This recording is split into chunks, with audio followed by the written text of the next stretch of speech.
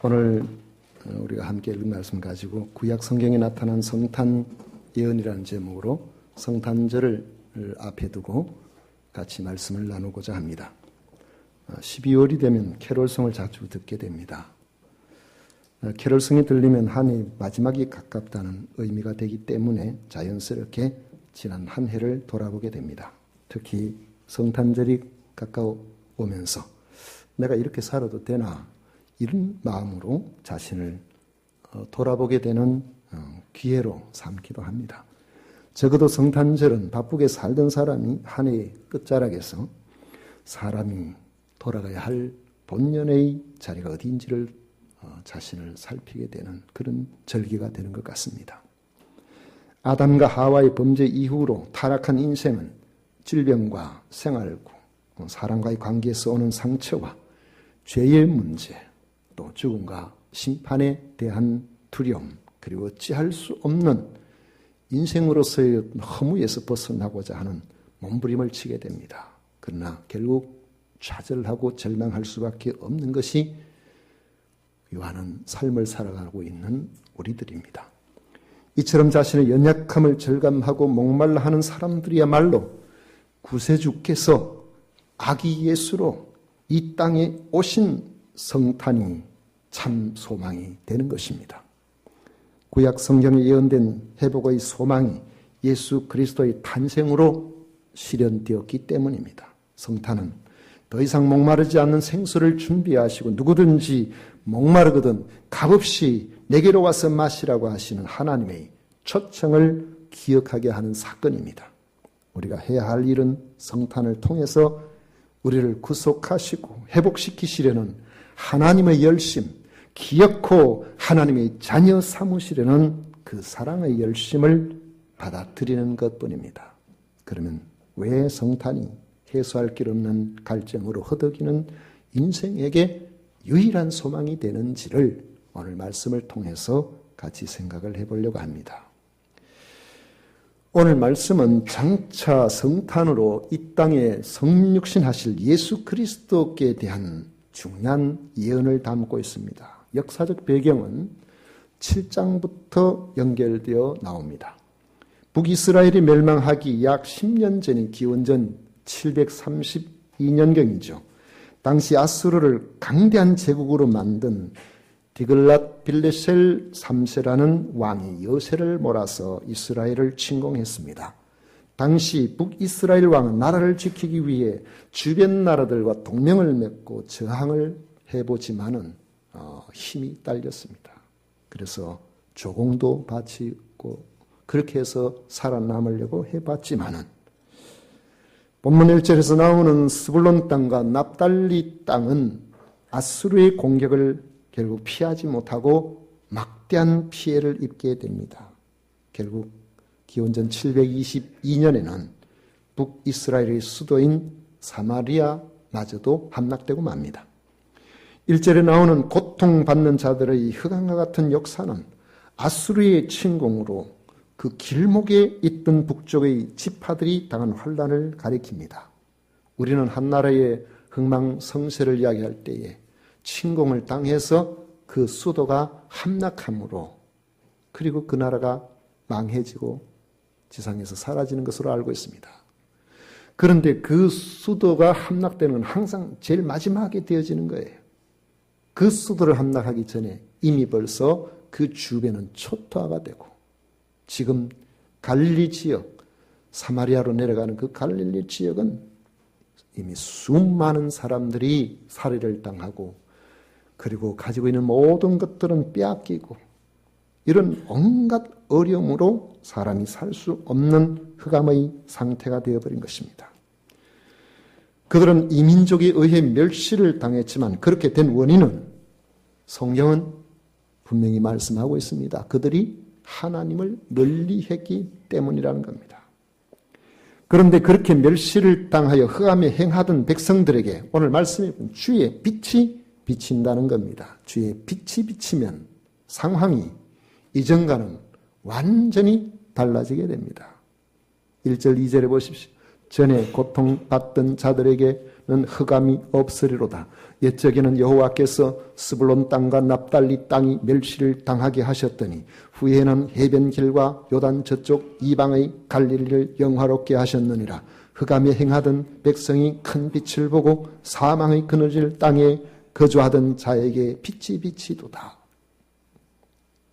700여 년 전에 이사야를 통해서 주어진 이 예언은 빛으로 오신 예수님께서 가버나움에 사시면서 갈릴리 지역에 사역하심으로 성취가 됩니다. 마태복음 4장 13절에서 13절 이하의 말씀에서 보면 나사렛을 떠나 스불론과 납달리 지경 해변에 있는 가버나움에 가서 사시니 이는 선지자 이사야를 통하여 하신 말씀을 이루려 하심이라. 일러시되 스불론 땅과 납달리 땅과 요단강 저편 해변길과 이방의 갈릴리여 흑암에 앉은 백성이 큰 빛을 보았고 사망의 땅과 그늘에 앉은 자들에게 빛이 비치었도다 하였느니라 했습니다. 당시 아수르에 의해 철저하게 파괴되고 약탈되어 흑암에 있던 남아있는 그러한 백성들은 오늘 여기 이 말씀에서 예언하고 있는 것처럼 하나님께서 역사적으로 볼 때 당시에 기원전 701년에 아수르 군대를 하나님께서 무력화시켜 주심으로 말미암아 그들이 스스로 물러가 그들의 삶에 회복이 되는 역사가 일어납니다. 그리고 장차 메시아가 오심으로 하나님의 나라는 회복되어 장성하게 되고 모두가 주 앞에서 즐거워하게 될 것이라는 예언의 말씀입니다. 메시아가 원수 사탄 그리고 그의 수하의 종로로 하는 모든 대적의 압제를 깨뜨려 버리시기 때문입니다. 하나님께서는 이사야 선지자를 통해서 이런 위로의 메시지를 주시면서 메시아의 탄생을 예언하십니다. 끊임없이 반복되는 유한하고 불완전한 위로를 넘어서는 참되고 완전한 위로는 하나님께서 보내시는 메시아를 통해서 이루어진다는 말씀입니다. 이사야를 통해서 예언된 메시아의 이름에 그분이 어떤 분이신가 하는 것이 잘 나와 있습니다. 6절 보십시오. 이는 한 아기가 우리에게 낳고 한 아들을 우리에게 주신 바 되었는데 그의 어깨에는 정사를 메었고 그의 이름은 기묘자라 모사라 전능하신 하나님이라 영존하시는 아버지라 평강의 왕이라 할 것임이라. 정사를 메었다는 말은 통치자로 오셨다 이 말이에요. 메시아는 세상을 다스릴 통치자로 오시는데 그 이름은 기묘자요 모사 전능하신 하나님 영존하신 아버지며 평강의 왕이라고 불립니다. 이는 메시아의 성품과 사역의 성격을 드러내는 이름들입니다. 기묘자라 모사라 하는 말은 우리는 이렇게 번역해 놨지만은 기묘한 모사라 그렇게 번역하는 곳이 종종 있습니다. 그 같이 의미를 합쳐서 그렇게 보는 거예요. 비상하고 초자연적인 지혜로 일하시는 분이라는 뜻입니다. 주님의 지혜는 세상 그 무엇도 따를 바가 없고 성령으로 함께 하시는 그 모든 지혜들은 세상의 그 어떤 것들도 따라갈 수가 없다는 것이죠. 메시아는 그런 분입니다. 전능하신 하나님이란 여호와의 권능으로 통치하시는 분이라는 것을 의미합니다. 어떤 흑암도 한순간에 빛으로 물러가게 하실 수 있는 분입니다. 그러므로 메시아를 의지하는 사람은 이 메시아의 권능으로 어떠한 강한 원수라도 어떠한 절망적인 환경이라도 어떠한 흑암도 물리칠 수가 있는 겁니다. 영존하신 하나님이라는 것은 모든 존재의 영원한 근원이 되시는 그러한 분으로서 자기 자식을 위해서는 자기 생명까지도 기꺼이 줄 수 있는 부모 같은 그런 사랑의 하나님이시라는 것을 말씀하고 있습니다. 평강의 왕이라는 것은 메시아의 다스리심을 받는 자들에게 일어나게 될 온전하고 완전한 평안을 주시는 분이심을 의미합니다.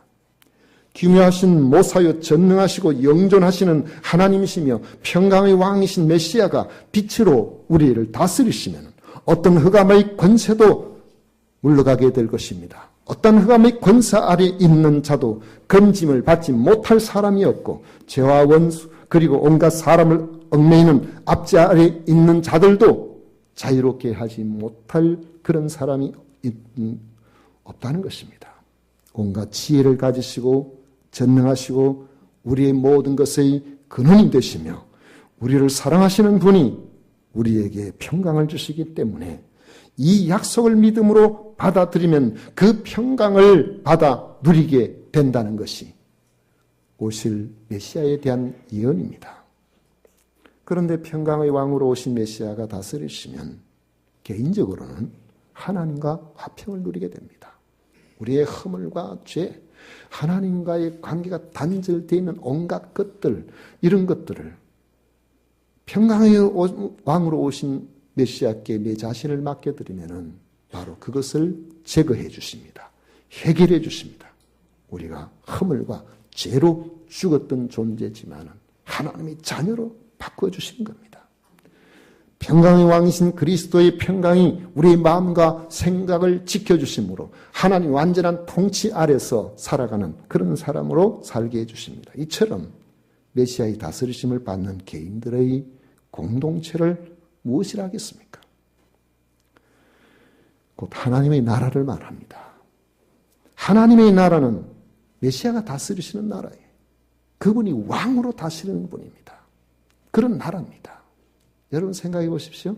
천지 만물을 창조하시고 자기 뜻대로 움직여 나시고 모든 지혜를 가지고 계시고 전능하신 그런 하나님으로서 우리를 향하여 자기 생명도 아끼지 아니하시는 영존하시는 하나님, 그분이 우리에게 평강을 주시고자 하실 때에 무엇이 우리의 문제를 붙들고 우리로 하여금 그 평강을 누리지 못하게 하실까요?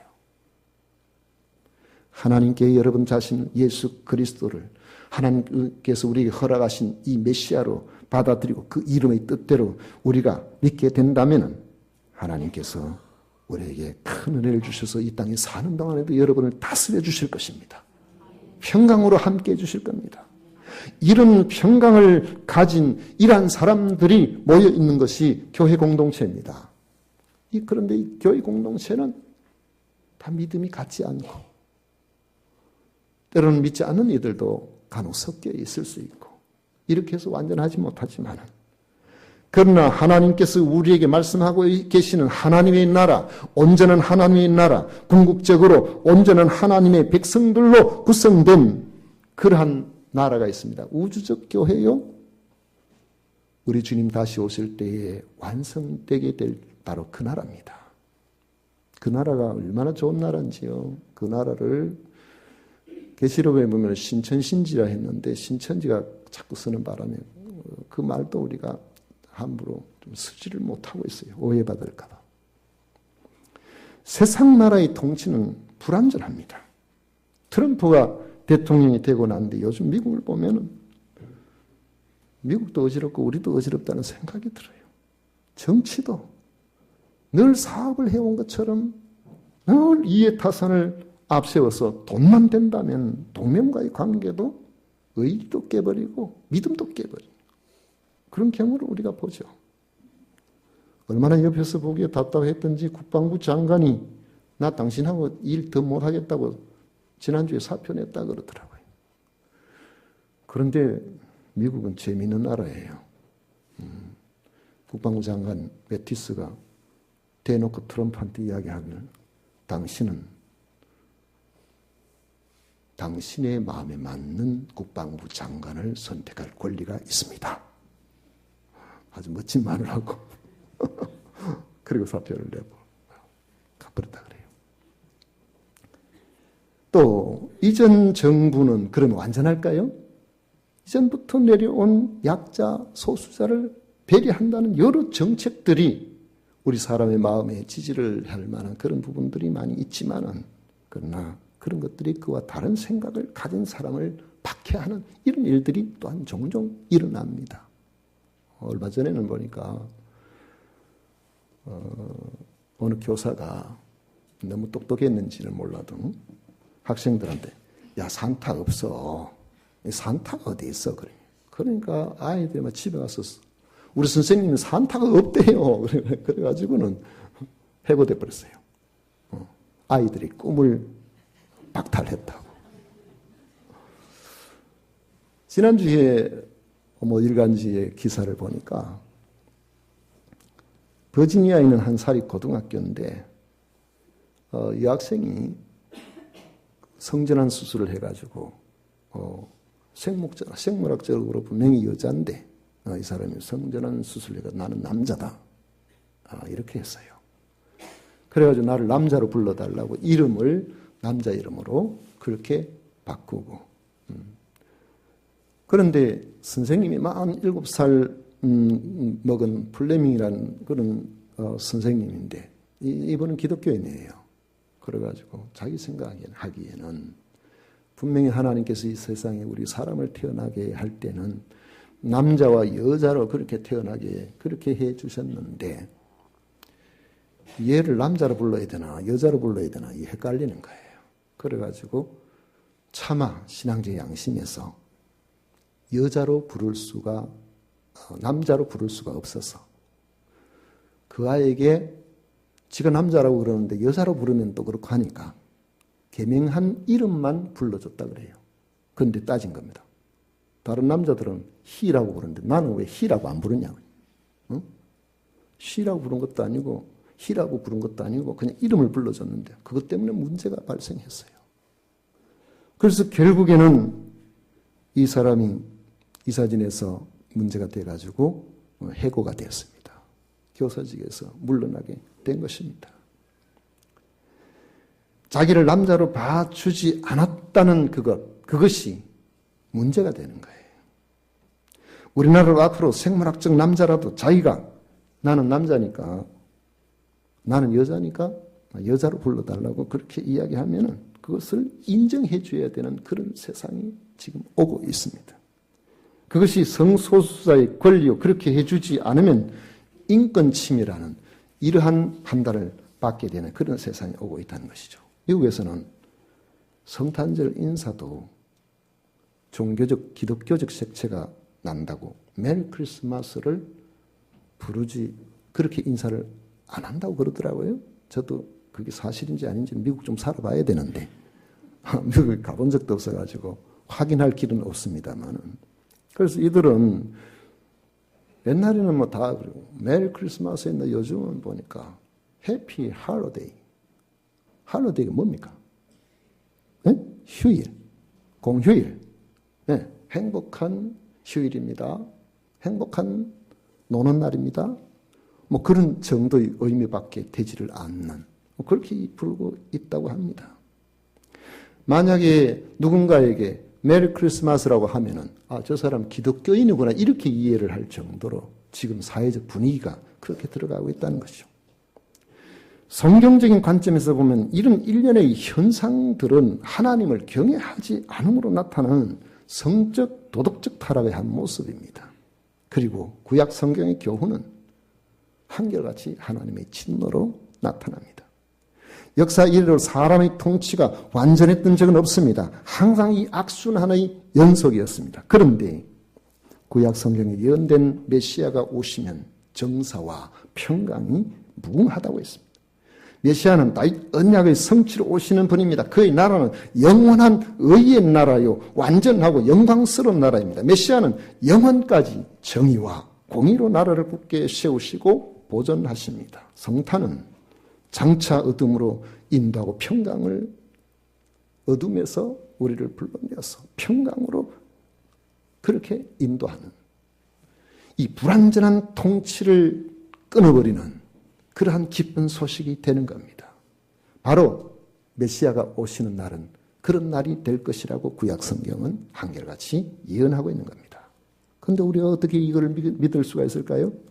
메시아로 오시는 분은 기묘한 모사이시기 때문에 그렇습니다. 모든 것이 끝장이 난 것처럼 보여도 그 모든 것들을 해결할 수 있는 상상도 할 수 없는 지혜와 수단을 가지신 분이 메시아입니다.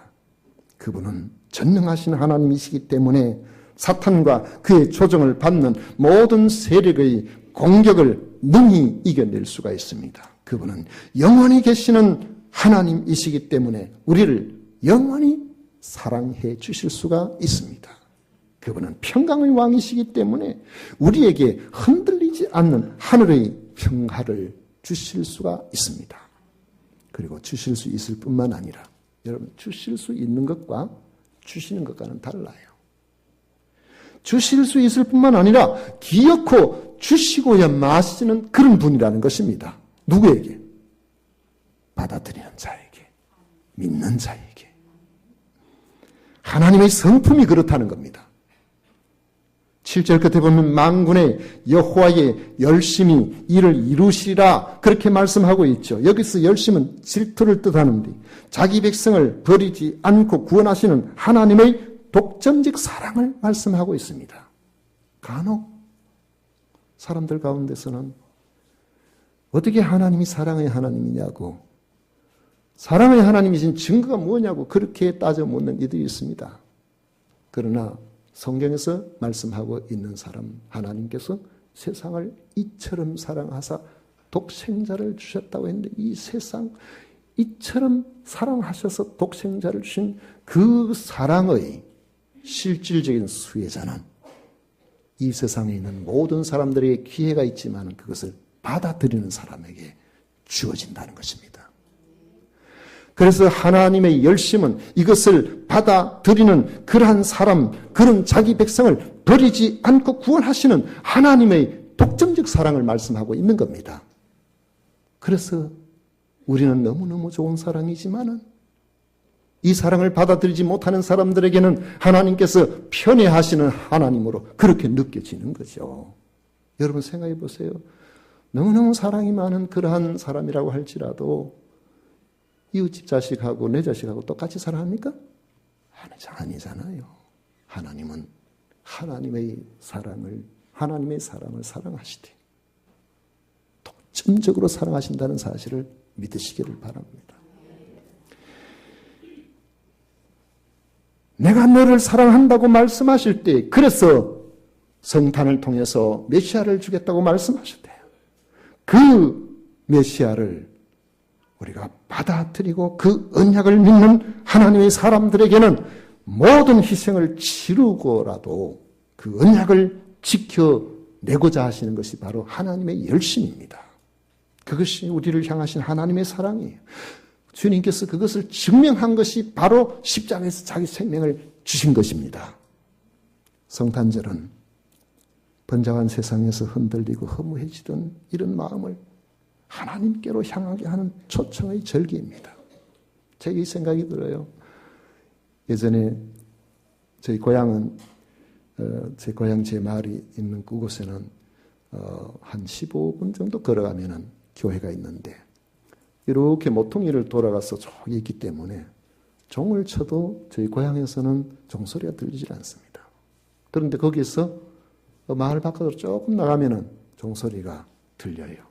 간혹은 많이 안 나가더라도 구름이 끼고 이러면은 그 종소리가 구름에 부딪혀서 그렇게 들리곤 했습니다. 그런데 그 종소리를 다 같이 듣지만은 저는 그 종소리를 들을 때마다 많이 교회로 끌렸어요. 그래가지고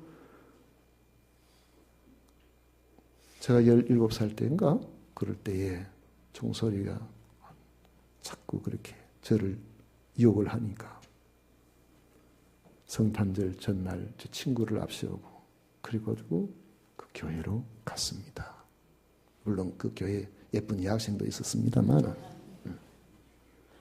그 초청으로 지금까지 제가 예수님을 믿는 거예요. 이 성탄은 하나님께서 얼마나 우리를 사랑하시는지 그 사랑으로 하나님께서 우리를 초청하시는 바로 그런 날인 겁니다. 하나님께서는 구약 성경에 이미 우리의 소망이 성탄에 있음을 예언하셨고 주님은 그 예언하신 말씀대로 메시아로 오셨습니다. 성탄을 통하여 우리의 소망을 흔들기 쉬운 이 땅에 두지 말고 영존하시는 하나님께 두시기를 바랍니다. 평강의 왕이신 주님으로 말미암아 주님께서 여러분들을 다스려 주심으로 말미암아 영원한 소망이 있는 이런 복된 성도들이 되시기를 축원합니다.